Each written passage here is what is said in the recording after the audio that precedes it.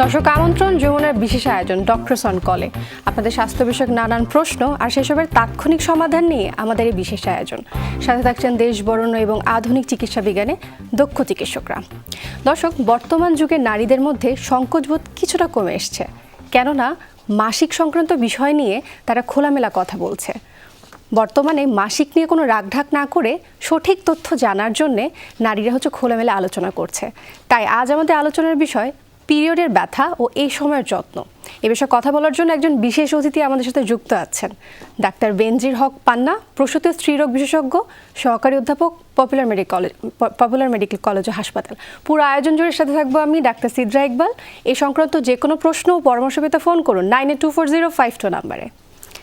Doctor পান্না, আপনাকে স্বাগত জানাচ্ছি। ধন্যবাদ আপনাকে আমন্ত্রণ জানানোর জন্য। আমরা যে বিষয়ে কথা বলছি, 21 শতকে এসেও কিন্তু মাসিক সংক্রান্ত বিষয় নিয়ে কথা বলতে আমরা সংকোচ বোধ করি। অনেকে মাসিককে মাসিক বা পিরিয়ডের নামে অভিহিত না করে অন্যান্য নামে অভিহিত করে থাকি, যেমন শরীর খারাপ হয়েছে, অসুস্থ বোধ করছি। তবে নারীর সুস্বাস্থ্যের জন্য এই যে মাসিক সংক্রান্ত সঠিক তথ্যটা জানা অত্যন্ত জরুরি, এবং কতটুকু জরুরি এই নিয়ে আজ আপনার সাথে আলোচনা করব। প্রথম প্রশ্নটি জানতে চাই, মাসিকের সময় একজন নারী আপনার কাছে কি কি সমস্যা নিয়ে আসেন? ধন্যবাদ। আজকে যে বিষয়টি নিয়ে আমরা আলোচনা করব, এটা আসলে প্রতিনিয়তই আলোচনা করা উচিত, যেহেতু প্রতিনিয়তই মেয়েরা পিরিয়ডের যে অভিজ্ঞতাটা সেটা পাচ্ছে। তো আমাদের আজকের প্রশ্ন হলো যে পিরিয়ডে কি কি প্রবলেম হতে পারে। পিরিয়ড বলি, মাসিক বলি বা ঋতুস্রাব, মেনস্ট্রুয়েশন, যেটাই বলি না কেন, পিরিয়ড কিন্তু একটা symbol of A healthy lady, তাই না? একটা ইয়াং মেয়ে যখন প্রতি মাসেই পিরিয়ড হবে, ধরে নিতে হবে সে হেলদি আছে, সে সুস্থ আছে অনেকটা। তো পিরিয়ডে যেই সমস্যাগুলো আমরা প্রতিনিয়ত পেয়ে থাকি, সেটা হচ্ছে অল্প রক্ত যাচ্ছে, বেশি রক্ত যাচ্ছে, কিংবা ব্যথা তো খুব কমন জিনিস, কম ব্যথা, বেশি ব্যথা। অনেকে আছে পিরিয়ডটা প্রতি মাসে হচ্ছে না, 2 মাস 3 মাস পর হচ্ছে। আবার কারো হচ্ছে প্রতি মাসেই হয়, বাট সেটার পরিমাণটা খুব কম। তো ইউজুয়ালি ঘুরে ফিরে এই প্রবলেমগুলোই। আর পিরিয়ড কিন্তু রেগুলার হওয়া খুব জরুরি, বিকজ পিরিয়ড যদি কারো রেগুলার না থাকে, ধরেই নিতে হবে তার প্রেগনেন্সি নিতে বা ফার্টিলিটির উপর এটার একটা ইম্প্যাক্ট থাকবে। সো পিরিয়ড একটা খুব ইম্পর্টেন্ট ইস্যু, এবং পিরিয়ডে প্রতিনিয়ত আমরা এই প্রবলেমগুলোই পেয়ে থাকি। তীব্র ব্যথা হওয়া বা কম ব্যথা হয়, যেগুলো বলছিলেন। আচ্ছা, যখন একজন নারী মাসিকের মধ্যে দিয়ে যান, সে সময় অবশ্য খাদ্য তালিকা কিছু একটা 19-20 করতে হয়। আপনার কাছে একটু জানতে চাইবো স্পেসিফিকভাবে, একেবারে নির্দিষ্টভাবে কোন কোন খাবারগুলো খাদ্য তালিকায় রাখলে একজন নারীর পুষ্টি যে বিষয়টা রয়েছে সেটা নিশ্চিত হবে? না, খাবার তো আসলে আমরা সবসময় ব্যালেন্স ডায়েটের কথাই বলি, বাট পিরিয়ডের সময় যেহেতু রক্তপাত হচ্ছে, ফ্লুইড বেশি খেতে হবে, পানি বেশি খেতে হবে। পানিটা যদি আমরা অনেক সময় একটু গরম পানি যদি প্রতিদিন 2-3 গ্লাস খাওয়া যায়, তাহলে পেইনটা কম হবে। তাছাড়া যেসব ফ্রুটসগুলো ফ্লুইড কন্টেইন করে, লাইক নাশপাতি, আনারস, এখন তরমুজ পাওয়া যাচ্ছে, খেজুর, বাদাম, এইসব ফ্রুটসগুলো খেলে একটু এনার্জি পাওয়া যাবে। আর এমনিতে আমরা ভাত, মাছ, সবজি এগুলো তো খেতেই বলবো, বাট ফ্লুইডটা বেশি খাবে সে। সেক্ষেত্রে টক জাতীয় খাবার নিয়ে নানি দাদিরা বলে থাকেন, টক জাতীয় খাবার পিরিয়ডের সময় বা মাসিকের সময় একটু কম খাওয়া ভালো, বা বেশি খেলে হয়তো রক্ত ক্ষরণটা একটু বেশি হবে। সেক্ষেত্রে এমন কোনো বৈজ্ঞানিক যুক্তি আছে? আসলে কন্ট্রোভার্সি, এগুলো অনেক আগের কথা, বাট ভিটামিন সি তো সব সময়ের জন্যই শরীরে দরকার। ভিটামিন সি রক্তের পরিমাণটা বাড়াবে, রক্তের ফ্লোটা বাড়াবে। কম রক্ত গেলেও তো খারাপ, তাই না? একটা নির্দিষ্ট অ্যামাউন্ট ব্লাড তো যেতে হবে। আমরা যেমন বলি 70 to 80 ml ব্লাড তার লস হতে হবে, তাহলে আমরা ওটাকে অপটিমাম লস বলবো। তো এগুলো নিয়ে কন্ট্রোভার্সি, বাট এগুলোর একটা সায়েন্টিফিক এক্সপ্লেনেশন আছে। খুব সুন্দর করে বলেছেন। এবার আপনি ব্যথার কথা বলছিলেন, যে কারো ক্ষেত্রে তীব্র ব্যথা হয়, কারো ক্ষেত্রে ব্যথা একটু কম হতে পারে। আপনার কাছে একটু জানতে চাইবো, তীব্র ব্যথা হওয়ার কারণগুলো আসলে কি? কারণগুলো আসলে এটা বয়সের উপর ডিপেন্ড করে। যখন একটা ছোট মেয়ে মাত্র অ্যাডোলেসেন্ট বা পিউবার্টিতে যখন পিরিয়ড হয়, তখন তার ব্যথাগুলো সাধারণত ফিজিওলজিক্যাল কজ বা প্রাইমারি, আমরা যেটাকে ডিসম্যানোরিয়া বলি। মেডিকেলের ভাষায় কিন্তু তীব্র ব্যথাটাকে আমরা ডিসম্যানোরিয়া বলে থাকি। তো এই যে ডিসম্যানোরিয়া প্রাথমিক পর্যায়ে যেটা হয়, সেটা হচ্ছে খুব স্বাভাবিকই বলা চলে। অল্প ব্যথা যদি হয় সেটা স্বাভাবিক, পিরিয়ডের 2-1 দিন আগে থেকে অল্প অল্প ব্যথা হতে পারে, তারপর এটা আবার পিরিয়ডটা স্টার্ট হলে 2-1 দিনের মধ্যে সাবসাইড করে যাবে। আর ব্যথাটাও কেন হয়? ব্যথাটা হয় অ্যাকচুয়ালি একটা বাচ্চা মেয়ে বা এই বয়সী যে মেয়েরা, তাদের ইউটেরাসটা তো একটু নতুন, এই পিরিয়ড শুরু হয়েছে, তো ইউটেরাস থেকে যে একটু হালকা কন্ট্রাকশন হয়ে তো ব্লাডটা বের হতে হবে। ইউটেরাসের অ্যাকচুয়ালি ভিতরের লেয়ার যেটা, সেটাই কিন্তু পিরিয়ডের সময় বের হয়। তো শেডিং হয়ে, তো ওই সময় ইউটেরাসে একটু কন্ট্রাকশন হচ্ছে বা যে পথে সার্ভিক্সের যে ওপেনিং দিয়ে ব্লাডটা বের হচ্ছে, যদি কোনো কারণে একটু ক্লট থাকে তখনই কিন্তু পেইন হয়। তো প্রথম 2-1 দিন একটু ফ্লো বেশি হয়, সেজন্য পেইন হতে পারে, পেইন সাবসাইড করে যায়। বাট সেকেন্ডারি ডিসম্যানোরিয়া যেটা, ওইটা অবশ্যই কোনো ডিজিজের কারণে হয়। যেমন আমরা খুব কমনলি কিছু অসুখ বিসুখের নাম জানি, এন্ডোমেট্রিওসিস, পেলভিক ইনফেকশন বা পিআইডি, এই ডিজিজগুলো, সার্ভিসাইটিস, এইগুলো ডিজিজে কিন্তু তীব্র ব্যথা অনুভূত হয় এবং এগুলোর খুব ভালো ট্রিটমেন্টও দরকার হয়। খুব সুন্দর করে বিশ্লেষণ করেছেন। যেহেতু এন্ডোমেট্রিওসিসের কথাটা চলে এসছে, এন্ডোমেট্রিওসিসের ব্যাপারে একটা পরিসংখ্যান থেকে জানতে পেরেছি প্রায় 17,60,00,000 নারী এই এন্ডোমেট্রিওসিসের কারণে বিব্রতকর কষ্টের মধ্যে দিয়ে কিন্তু যান। আপনার কাছে একটু জানতে চাইবো এন্ডোমেট্রিওসিস আসলে কি, একটু পরিষ্কার পরিচ্ছন্নভাবে আমাদের দর্শকদের উদ্দেশ্যে একটু বলার জন্য। এন্ডোমেট্রিওসিস বিষয়টা তো খুবই ব্যাপক, এটা নিয়ে আলোচনা করলে একদিনেও শেষ হবে না। তারপর খুব ছোট করে যেটা, যে ইউটেরাসের ভিতরে যে এন্ডোমেট্রিয়াম, সেখান থেকে প্রতি সাইকেলেই ব্লিডিং হবে, কিন্তু সেই এন্ডোমেট্রিয়ামটা যদি ইউটেরাসের বাইরে অন্য কোথাও থাকে, লাইক ফ্যালোপিয়ান টিউব বা ওভারিতে বা পেলভিক ক্যাভিটির কোনো জায়গায় যদি সেই এন্ডোমেট্রিয়ামটা থাকে, তাহলে পিরিয়ডের সময় ওখানেও ব্লিডিং হয়। বাট ওই ব্লাডটা তো বের হওয়ার কোনো ওয়ে নাই।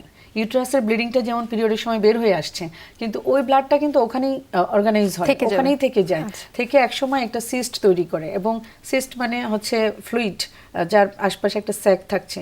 তো ওটা যখন আস্তে আস্তে দিনের পর দিন বড় হয়, সে আশপাশে সব স্ট্রাকচার, অ্যাবডোমেনের ভিতরে সব স্ট্রাকচারকে ইনভলভ করে ফেলে।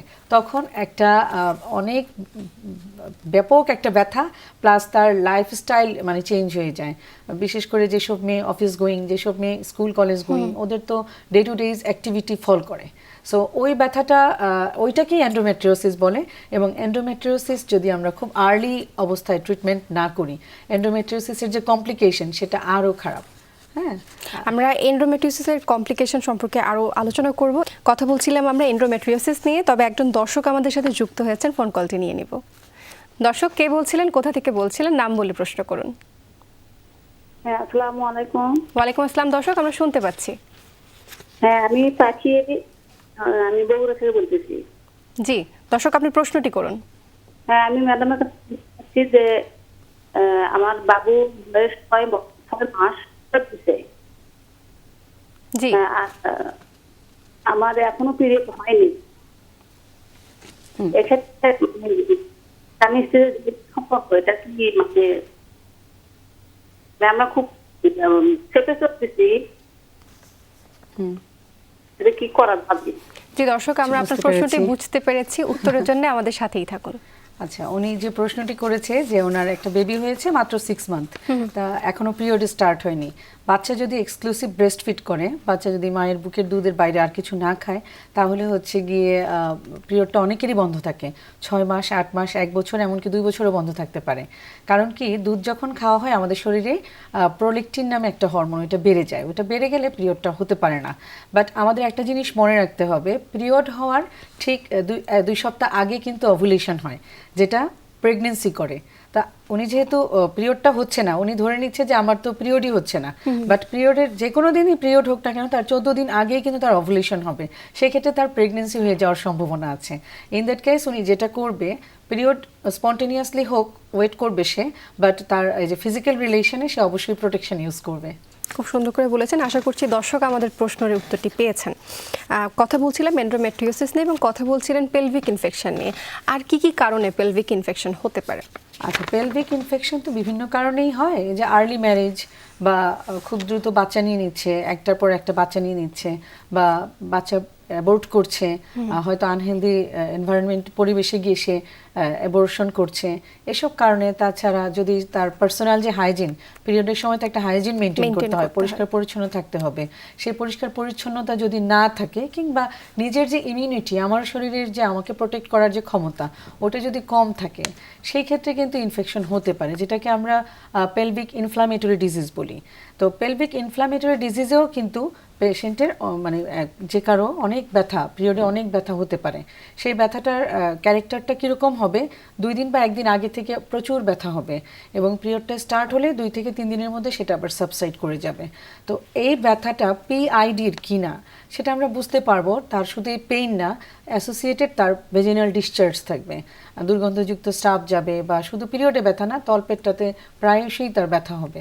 তো এই কারণেও কিন্তু পেশেন্টের পিরিয়ডে ব্যথা একটা হতে প্রশ্ন পারে। এখানে একটু জানতে চাইবো, দুর্গন্ধযুক্ত স্রাবের কথা বলছিলেন, অনেকের কিন্তু দেখা যায় পিরিয়ডের আগে অথবা পরে দুর্গন্ধযুক্ত যে স্রাব, এটা অনেকের ক্ষেত্রে হয়ে থাকে। এর কারণ কি, বা এটি কোনো ভীতিকর মানে পরিস্থিতি তৈরি করতে পারে কিনা? না, এখানে যেটা বলেছি দুর্গন্ধযুক্ত স্রাব যেটা একটু ডিসচার্জ, সব ডিসচার্জের কিন্তু একটা স্মেল হবে, Smell হবে। বাট সেটা পাস আছে কিনা, গ্রিনিশ কালার কিনা, সেই ডিসচার্জটার সাথে তার তলপেটে ব্যথা হচ্ছে কিনা, সেই জিনিসগুলো একসাথে থাকতে হবে। আচ্ছা। এখন পিরিয়ডের আগে আগে যে হোয়াইটিশ একটা ডিসচার্জ, ওইটা তো ফিজিওলজিক্যাল। ওভুলেশন হলে একটু হোয়াইটিশ ডিসচার্জ হবে। হোয়াইটিশ ডিসচার্জ হয় এই কারণেই যাতে আমরা বুঝতে পারি ওভুলেশন হয়েছে। আচ্ছা। হ্যাঁ, তো ওইটা কিন্তু নর্মাল ফিজিওলজি, ওইটা কিন্তু ইনফেকশন না। আর ইনফেকশনের যে বিষয়টা, সেটা পিরিয়ডের আগেও হতে পারে, পরে হতে পারে, থ্রু আউট দ্য সাইকেল হতে পারে। ঠিক আছে, আচ্ছা, ওখানে ব্যথা থাকবে, জ্বর থাকবে। আচ্ছা, খুব সুন্দর করে বিশ্লেষণ করেছেন। একজন দর্শক আমাদের সাথে আবারও যুক্ত হয়েছেন, ফোন কলটি নিয়ে নিব। দর্শক, কে বলছিলেন, কোথা থেকে বলছিলেন, নাম বলে প্রশ্ন করুন। আসসালামু আলাইকুম, আমি ওয়ালাইকুম মিমি আসসালাম। খুলনা থেকে বলতেছি। জি দর্শক, আপনার প্রশ্নটি করুন। আমার যখন পিরিয়ড রানিং হয় ফার্স্ট দিন, প্রথম 4 ঘন্টা খুব বেশি পেটে ব্যথা করে, তারপরে 4 ঘন্টা যখন ওভার হয়ে যায় তখন আস্তে আস্তে পেটে ব্যথাটা কমে যায়। ঠিক সেই 4 ঘন্টার জন্য আমি প্রাথমিকভাবে কি চিকিৎসা নিতে পারি বাসায় বসে? দর্শক, আপনার প্রশ্নটা আমরা বুঝতে পেরেছি, উত্তরজনের সাথেই থাকুন। উনি খুব সুন্দর বলেছে যে 4 ঘন্টাই শুধু ব্যথা হয়, তার মানে অনসেটেই তার শুধু একটু পেইন, এটা স্পাজমোটিক পেইন। যে কোনো অ্যান্টি স্পাজমোটিক, যেটা ভিসেরালজিন বা অন্যান্য অনেক মেডিকেশন পাওয়া যায়, এলজিন, ভিসেরালজিন, এগুলো উনি খেয়ে নিলে এই প্রথম 4 ঘন্টার অনেকে কিন্তু ব্যথাটা, ন্যাপ্রোক্সেন খেয়ে হ্যাঁ, থাকেন, নেপ্রোক্সেন অনেকে তীব্র অ্যালজিন ব্যথার খেয়ে জন্যই থাকেন। কিন্তু ইউজ করা Use করা হয়। হয়। ওনার যে ব্যথাটা, এগুলো আসলে ব্যথা তো থ্রেশহোল্ড আছে, কারো কারো অল্প ব্যথা বাট সে বেশি অনুভূত করে। ওনার যে ব্যথাটা খুব টিপিক্যাল, যে কোনো পিরিয়ডে এরকম 2-3 ঘন্টা ব্যথা দিয়ে স্টার্ট হবে, সেই ক্ষেত্রে সহ্য করাটা বেটার। অনেকে যে প্যারাসিটামল জাতীয় ওষুধ খেয়ে নেয়, আরো যদি বেশি ব্যথা অনুভব করে তাহলে সে মেফেনামিক অ্যাসিড বা এই জাতীয় ওষুধগুলো নিতে ব্যথার পারে। সাথে কোনো পার্শ্ব প্রতিক্রিয়া হওয়ার সম্ভাবনা আছে কিনা? অনেকে ভয়ের জন্য হচ্ছে ব্যথা খান না, যদি ব্যথার ওষুধ খায় ওষুধ না। খান না, যে হচ্ছে আমি যদি ওষুধ খাই সেক্ষেত্রে দেখা যাবে পার্শ্ব প্রতিক্রিয়া হতে পারে, বা আমার পিরিয়ড বন্ধ হয়ে যেতে পারে, এই ধরনের ভয়ের জন্য কিন্তু অনেকেই ওষুধ খেয়ে খায় থাকেন না। না। তাদের pain টা উদ্দেশ্যে সহ্য এটা করেন। বলা যে পিরিয়ড হলে একটু ব্যথা হবেই, এটা আমাদের একটা শরীরবৃত্তীয় বিষয়। হ্যাঁ, পিরিয়ডে একটু ব্যথা হবে, সেই ব্যথাটাকে ওভারকাম করার জন্য আমাকে মনে একটু শক্তি রাখতে হবে যে এই ব্যথা আমার হবে। তার পাশাপাশি যেটা আমরা করতে পারি, একটু প্রচুর পানি খাবো, কুসুম গরম পানি প্রতিদিন 3 থেকে 4 গ্লাস খাবো। আমরা হট ওয়াটার ব্যাগ যেটা, সেটা একটু প্রেস করতে পারি। হ্যাঁ, আর যদি দেখা যায় বেশি ব্যথা সহ্য করা যাচ্ছে না কিছুটা, সেই ক্ষেত্রে আমরা ওই যে প্যারাসিটামল যেতে। আর ব্যথার ওষুধ 1টা-2টা নিলে তেমন কোনো ক্ষতি হয় না, তার চেয়ে অনেক খারাপ জিনিস আমরা খেয়ে থাকি, তাই না? 1টা-2টা একেবারে। ব্যথার ওষুধ যদি আমার পেন রিলিফ করে, তাহলে আমি দেখি ক্ষতির কিছু দেখছি না। খুব সুন্দর করে বিশ্লেষণ করেছেন। পিরিয়ড সংক্রান্ত আরো অনেক তথ্য আপনার কাছে জানবো। কথা বলছিলাম আমরা মাসিক সংক্রান্ত বিষয় নিয়ে, এবং মাসিকের ব্যথার বিষয় নিয়ে কথা বলছিলাম। একটু জানতে চাইবো, মাসিকের সাথে বন্ধ্যাত্বের কোনো সম্পর্ক আছে কিনা? হ্যাঁ, অবভিয়াসলি। একটা মেয়ে, যখন আমি প্রথম কথাই বলেছিলাম, একটা মেয়ে প্রতি মাসেই পিরিয়ড হচ্ছে, ধরে নিতে হবে সে হেলদি, সুস্থ কারণ আছে। হ্যাঁ, সুস্থ আছে। কারণ কোনো অনেক কিছু পিসিওএস নামে একটা ডিজিজ আছে, জি, যেখানে জি। কিন্তু প্রতি মাসে পিরিয়ড হচ্ছে না। ওখানে অ্যানোভুলেশন হয়, ওভুলেশন না হলে প্রেগন্যান্সি হওয়ার চান্স কমে যাচ্ছে। তারপরে যে এন্ডোমেট্রিওসিস বা পিআইডি, এগুলাতে তো ব্যথা হচ্ছে। আর যদি আমি ডায়াগনোসিস করতেই পারি যে পেশেন্টের এন্ডোমেট্রিওসিস কিন্তু ওভারি থেকে যে ওভাম হয়, সেই ক্ষমতাটাও কমিয়ে দিচ্ছে, অ্যাট এ টাইম টিউবকে অনেক সময় নষ্ট করে দিচ্ছে। হ্যাঁ, তো টিউব, ওভারি, ইউটেরাস, 3টার অ্যানাটমিক্যাল পজিশন এবং 3টা যদি ফাংশনিং না থাকে, তাহলে তো প্রেগন্যান্সি হবে না। At a time pelvic inflammatory disease, সেখানেও কিন্তু অ্যানাটমি নষ্ট হয়। ইনফেকশনের কারণে অর্গানিজম থাকে, যার কারণে প্রেগন্যান্সি হয় না। সো নিয়মিত পিরিয়ড হওয়া একটা ভালো লক্ষণ যে প্রেগন্যান্সি হবে। আর যার নিয়মিত পিরিয়ডটা হচ্ছে না, তার প্রপার ইভালুয়েশন লাগবে যে কেন তার রেগুলার পিরিয়ড হচ্ছে না। মানে পিরিয়ড হওয়াটা আসলে সুস্থতার একটা প্রতীক। একটা- আমাদের সাথে আরেকজন দর্শক যুক্ত হয়েছেন, আমরা ওনার ফোন কলটি নিয়ে নিব।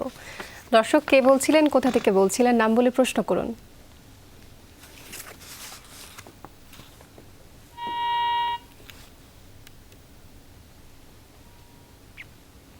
দর্শক, দুঃখিত, আমাদের সাথে আপনার সংযোগটি বিচ্ছিন্ন হয়ে গিয়েছে, আবারও চেষ্টা করুন। ফিরে আসি আমাদের আলোচনায়। আমরা কথা বলছিলাম বন্ধ্যাত্ব নিয়ে। সেই ক্ষেত্রে যদি কারো মাসিকের সাথে যে সম্পর্কটা বলছিলেন বন্ধ্যাত্বের, সেক্ষেত্রে চিকিৎসাটা কি হতে পারে? চিকিৎসা অনেক আগে ডায়াগনোসিস করতে হবে তার কেন কোন কারণে তার বন্ধ্যাত্ব হয়েছে। পিরিয়ডের বিভিন্ন কারণ তো থাকে বন্ধ্যাত্বের, আগে আমাকে ইভ্যালুয়েশন করতে হবে তার কোন ফ্যাক্টরটা রেসপন্সিবল ইনফার্টিলিটির জন্য। মেল ফ্যাক্টরও থাকতে পারে, হাজবেন্ডেরও কারণ থাকতে পারে। আর যেহেতু তার পিরিয়ডের ডিস্টার্ব, সেই ক্ষেত্রে আমি তার এন্ডোমেট্রিওসিস আছে কিনা, টিউবে কোনো ব্লক আছে কিনা, ইউটেরাসে কোনো ফাইব্রয়েড বা সার্ভিক্সে কোনো প্যাথোলজি আছে কিনা আগে আমাকে আইডেন্টিফাই করতে হবে, দেন সেই অনুযায়ী আমাকে ট্রিটমেন্ট করতে হবে। আচ্ছা, আরেকটি প্রশ্ন জানতে চাই, পিরিয়ড হওয়ার একটি নির্দিষ্ট বয়স আছে, আমরা হচ্ছে কি সবাই জানি কিছু নির্দিষ্ট বয়সে আসলে পিরিয়ড হয়, অনেকের ক্ষেত্রে খুব দ্রুত হয়ে যায়, অনেকের ক্ষেত্রে অনেক পরে গিয়ে হয়, সেই ক্ষেত্রে পরবর্তীতে এটি কোনো প্রবলেম তৈরি করতে পারে? এটা কোনো প্রবলেম করবে না, কারণ এনভায়রনমেন্টের উপর অনেক কিছু ডিপেন্ড করে। তো একটা সময় দেখা যেত 13-14 পর্যন্ত অনেকেরই পিরিয়ড হচ্ছে, ওই বয়সেই হচ্ছে। বাট এখন অনেক বিভিন্ন কারণেই হোক, আমাদের আবহাওয়ার অনেক কারণেই আমাদের দেখা যায় মেয়েদের পিরিয়ডটা 9-10 বছরে স্টার্ট হয়ে যাচ্ছে। সেটা আগে যেমন ছিল, মেয়েটা বড় হবে, তারপরে তার সেকেন্ডারি অর্গানগুলো ডেভেলপ করবে, তারপরে পিরিয়ড হবে। এখন মনে হয় ঠিক তার উল্টাটা, আগে পিরিয়ডটা হয়ে যায়, তারপরে তার গ্রোথ ঠিক মতো হবে। আচ্ছা, এবার একটু আসি, আপনি এর আগেও বলেছেন পিরিয়ডের সাথে পরিষ্কার পরিচ্ছন্নতার একটা নিবিড় সম্পর্ক রয়েছে, এই সময় এক্সট্রা একটু কেয়ার নিতে হয়। এবার একটু জানতে চাইবো আপনার কাছে, আমাদের বাংলাদেশে ঢাকা শহর ব্যতীত অন্যান্য যে গ্রাম অঞ্চলগুলো রয়েছে সেখানে এখনো কিন্তু দেখা যায় স্যানিটারি ন্যাপকিনের জায়গায় কিন্তু যে কাপড় ব্যবহার করছে, এবং অনেকে দেখা যায় একই কাপড় বারবার ব্যবহার করছে। তো সেই ক্ষেত্রে হচ্ছে ইনফেকশনটা আসলে বাড়ার প্রবণতা থাকে।